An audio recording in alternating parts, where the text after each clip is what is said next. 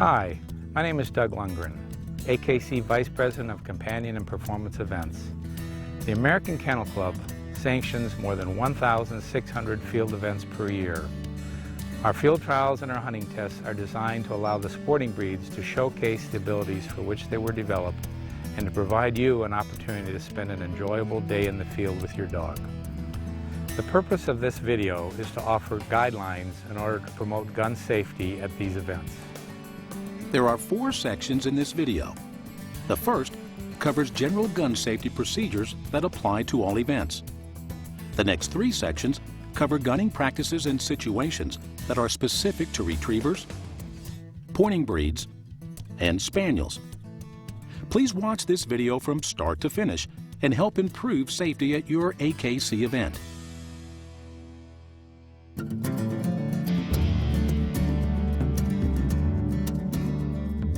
The AKC recommends all clubs review gun safety rules published by a recognized organization. The following recommendations are meant as guidelines and as supplements to your club's full safety policies and procedures. Always keep the muzzle pointed in a safe direction. When moving from your vehicle to the field, guns should be cased or pointed downward and unloaded. When in the field, a loaded gun should be pointed in a safe direction. Never run with a loaded gun. A gun should not be loaded until absolutely necessary.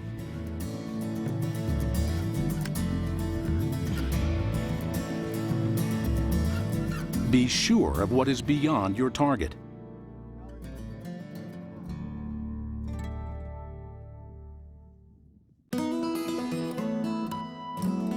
Protective gear is important. Ear and eye protective gear is recommended. Blaze orange outerwear is required for all pointing and spaniel events. It should be obvious that alcohol and gunning do not mix. The AKC provides the following general guidelines for assisting clubs in promoting safety. The event committee is ultimately responsible for the selection of the gunners. AKC field events involve participants with a wide range of knowledge regarding safe conduct in the field. Only experienced gunners should be used at AKC events. AKC events are not the place to learn how to shoot. The judges are empowered to stop any action that they deem unsafe and to remove a gunner that they feel is not following safe gunning practices. Handlers never shoot live ammunition. Gunners shooting live ammunition must be 21 years of age or older. Gunners shooting popper loads must be at least 16 years old. Break-open shotguns are required or recommended in all events. At pointing breed and spaniel events where live ammunition is used, everyone in the field must wear an outer article that is blaze orange. An orange hat by itself is not sufficient. As to how much orange is required, clubs should follow the hunting regulations of the state where the event is being held. The gunner has the ultimate responsibility for the safety of the shot. If there is any doubt, don't shoot. During setup, gunners should point out safety concerns to the judges. Gunners should be aware of government regulations on the type of shot allowed at the event location.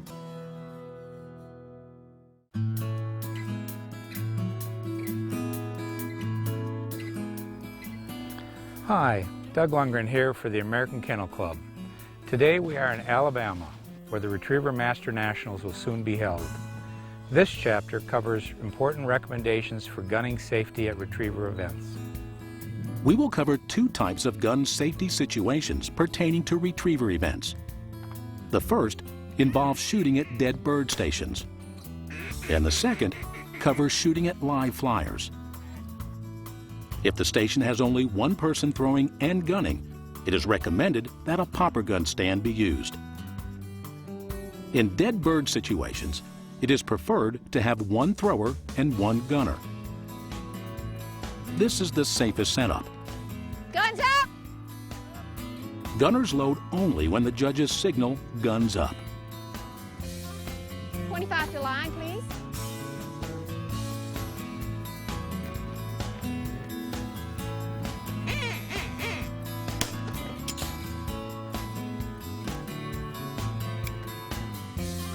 150.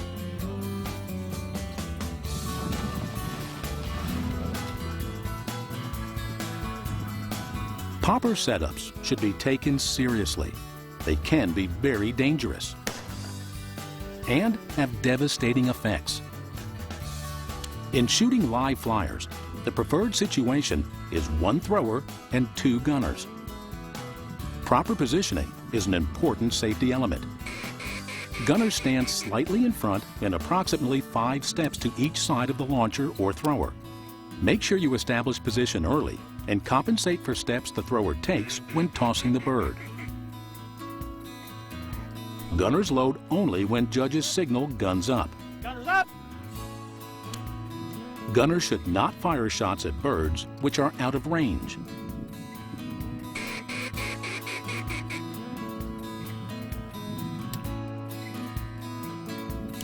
Prior to retiring and leaving the field, gunners should always unload their firearms. Remember, even the simplest mistakes can create unfortunate events. Many times, unusual situations present themselves at events. Here are some examples and rules to follow to create a safer event. If the bird is missed in the initial volley, do not shoot returning birds.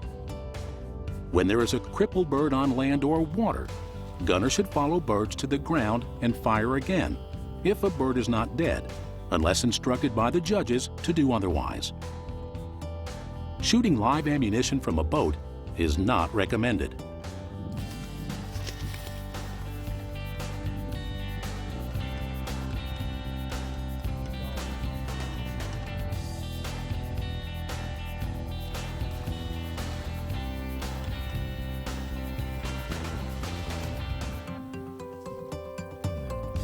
Following these safety steps can help create a fun and safer experience for the people and dogs at your event.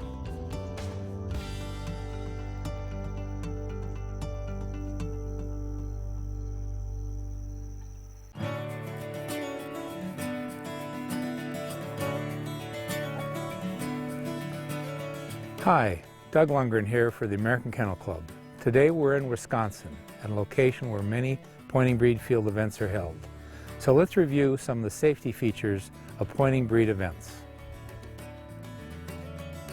This chapter covers gun safety at pointing breed events. These safety tips cover gunning practices for field trials and hunting tests. This chapter is broken into 3 sections: approach and positioning, the shot, and after the shot. How the gunner approaches end positions for a shooting situation is important. In callback situations, 2 gunners should accompany a handler. When gunning occurs on course or in the bird field, 1 gunner should accompany each handler. The breech of the gun should be closed just prior to starting to move forward with the handler. As the gunner is moving forward, he or she should be noting the location of the gallery, the judges, brace mate, and other objects of concern in the area of the find. If necessary, the gunner may ask the gallery to bunch up more or move to a different location. Gunners should walk up to any shooting situation with the handler approximately 10 yards to the side. Once to the pointing dog, the gunner should stand slightly in front of the handler. The wind and sun should be a consideration when the gunner takes position. The gunner should not flush the bird. Flushing the bird is the handler's responsibility. Gunners should not take the safety off until mounting the gun to shoot.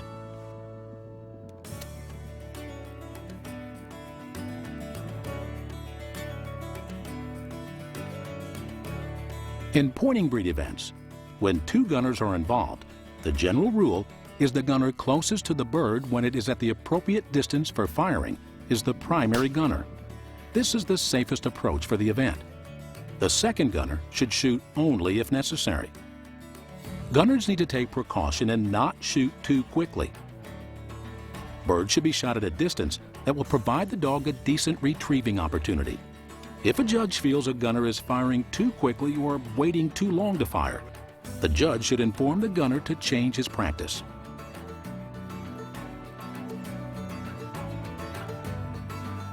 After the shot, the gunner should wait quietly with the gun pointed upward until the dog has passed by on his or her way to finishing the retrieve. Once the dog has passed the gunner should point the gun downward, unload, and move to a location behind the handler. Once the retrieve is completed, the gunner should take the bird from the handler and place it in his hunting vest.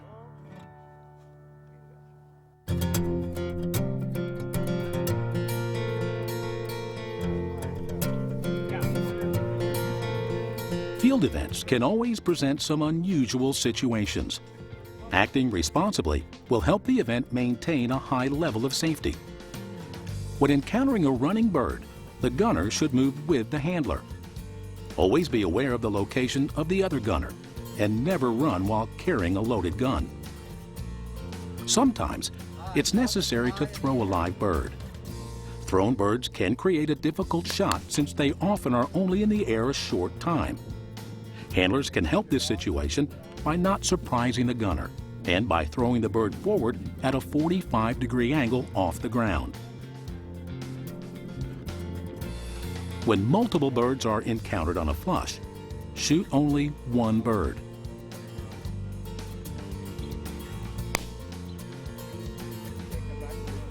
Never shoot live fire on a wild flush.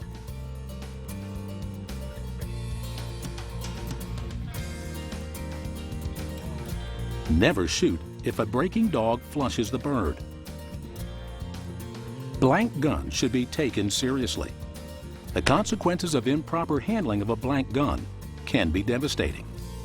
Don't hold a blank gun next to an object when firing. A .32 caliber blank gun is the largest allowed in pointing dog events.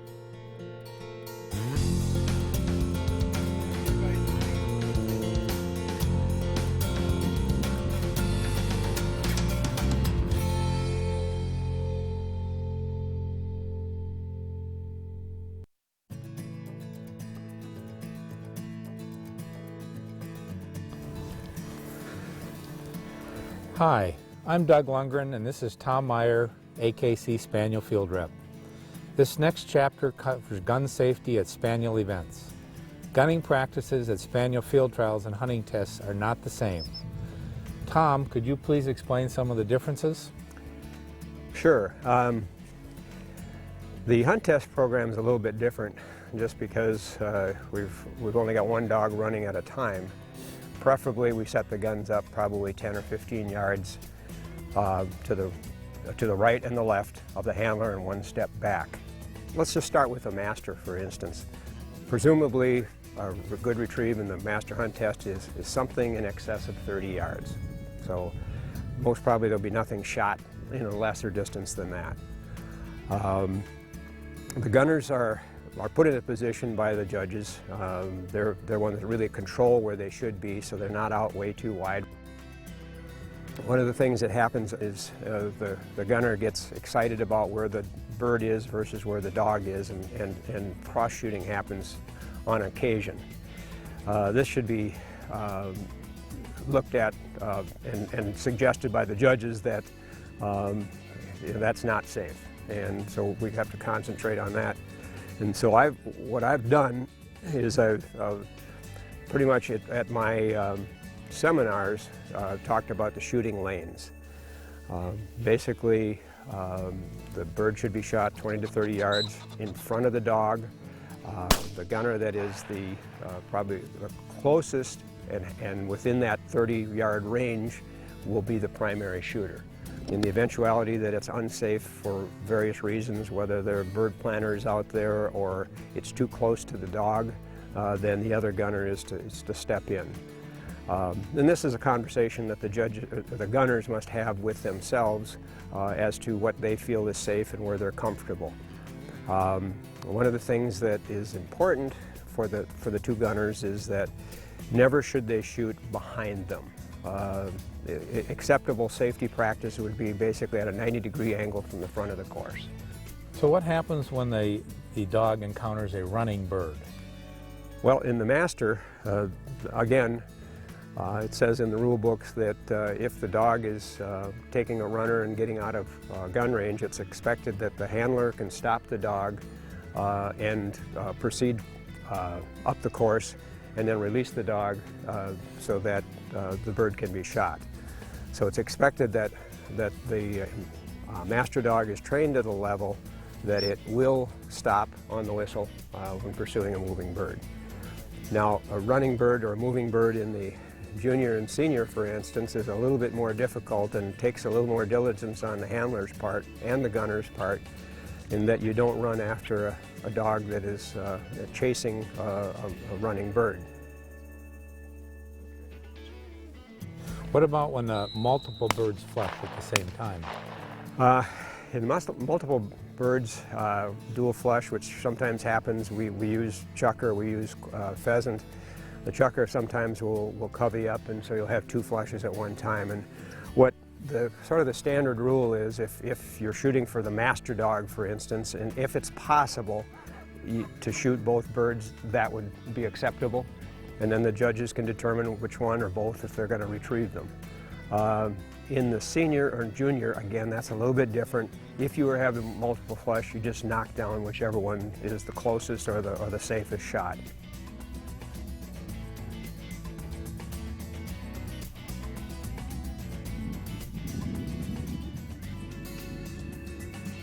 What about a wild flush situation where the bird just takes off on his own? It doesn't happen too often, but when it does, again, the handlers or the handler should be aware, particularly the master, that if the dog is aware of the bird flushing, it is expected to stop on at least a wing, a bird that's in flight. But the gunners are instructed to shoot the bird unless instructed otherwise by the judges. So that describes the hunt test situation. Now, if we move to a field trial, what's the difference? Well, the difference is you're running a brace of dogs instead of singly as in the hunt test. So it takes a little more coordination on the gun team. You've got a center gunner and you've got two wing gunners. Again, the wing gunner is probably going to be set up 10 or 15 yards to the outside of the two handlers. You've got two handlers going down, two dogs going down the field. You've got the center line. The dogs are responsible for whatever birds happen on their respective courses. The shooting lanes are somewhat different because you've got where you've got the dogs going at this course. They may not, the handler and dogs may not be at the same level. They might be further ahead because of speed or taking out a moving bird. So there's, sort of the accepted lane is a 45-degree angle down the center for the center gun. He's got to cover, somewhat the wings if it should happen to be. The wing guns are going to shoot, say at a 90-degree, or I think the accepted, or as far as the spaniel field trial, is a 30-degree angle back. So you would have the same 45-degree angle to the center over the dog and on both sides, right and left wing. And sometimes, depending on if the course is winding through the field, that 30 degrees has got to be paid a lot of attention to. Because so the gunners you will always see will be turning around, looking back, determining who's behind them. And many times when you've got two dogs running down the field and they're quartering, covering their course, the center gunner, while he is trying to make sure that a shot is made prior to it getting onto the other side, interfering with the other dog if it were shot, he's not, while he's the closest to it, it's not necessarily his shot. So you may have a bird that'll get up for the left side, right in front of the left gunner, as a for instance, fly all the way across the course through both judges and both handlers, and end up on the far side, and the outside gunner will shoot it and knock it down if it's, again, a safe shot. So the dog, while he's studied a shot and wing, he has to go all the way across to find that bird, should he be sent. So it gets to be a little confusing. So when we talk about a 45-degree angle on both sides as far as safe, with the dogs moving back and forth, that varies all the time. Okay. So field trial, you have two dogs, three gunners, And because of that, there's a potential for more complicated situations. Yes, yes. And part of it, you know, and you've got, of course, the marshal in both cases. You got a marshal in the hunt test, and you got a marshal in the field trial, and he or she is basically responsible for keeping the gallery close, and that's ever important. So you don't have people just walking in wherever they Correct. feel like. Okay. Correct. Yeah. And the other thing is that obviously we're in blaze orange, and everybody in the field is expected to be in blaze orange. Right. One of the final things is if a bird should fly overhead, as far as a wing gunner is concerned, he will always turn, again at port arms, away from the gallery, never turn towards the gallery, and to try to make a safe shot. Okay, good. In this chapter, we cover some safety practices for spaniel events. These include approach and positioning, the shot, and after the shot. In field trials, 3 gunners accompany the handlers, a center gunner and 2 wing gunners. In hunting tests, 2 wing gunners are used. Gunners should normally position themselves 10 to 15 yards to each side and 1 step behind the handler. As a matter of safety in field trials, the judges should attempt to maintain a parallel beat.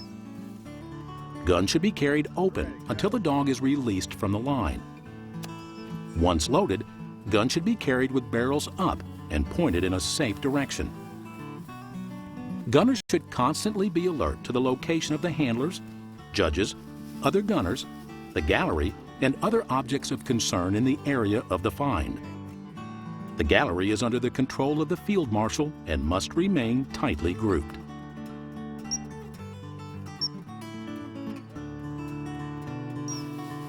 In shooting situations, the general rule is the gunner closest to the bird when it is at the appropriate distance for firing is the primary gunner.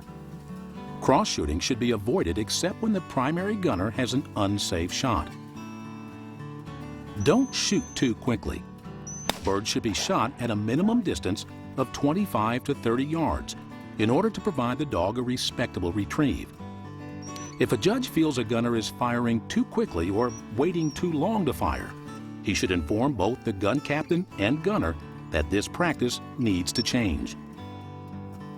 The second gunner should shoot only if necessary. No shot should be fired while a dog is on a retrieve. No bird should be shot over the gallery.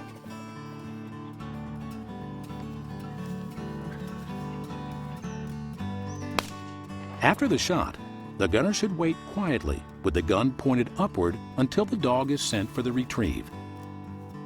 Then, the gunner should point the gun downward, break open the gun, and quietly step aside to give the handler and judge a full view of the dog.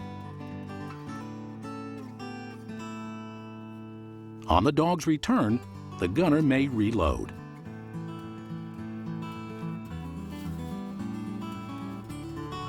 As with most hunting events, some unusual situations can occur. Here are some tips on how to handle some common occurrences that fall into this category. When encountering a running bird in a hunting test, the gunners move with the handler. In field trials, the wing gunner on the side where the dog first encountered the bird will move with the handler, keeping himself in position to take a safe shot when the bird is flushed. When encountering multiple birds, gunners should make every attempt to shoot multiple birds, unless instructed otherwise by the judges.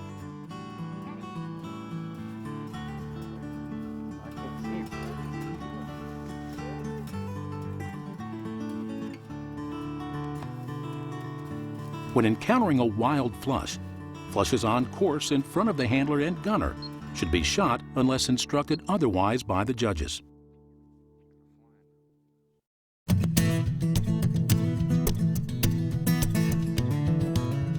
Let's review some of the most important gun safety rules that apply to all AKC events. Safety at any AKC event should be the #1 priority. As previously mentioned, 3 safety tips that should be practiced at every AKC event are: Always keep the muzzle of the gun pointed in a safe direction. A gun should not be loaded until absolutely necessary.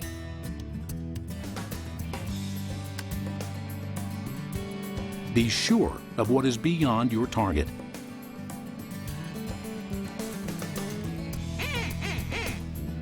The discharge of firearms is an important element of AKC field events.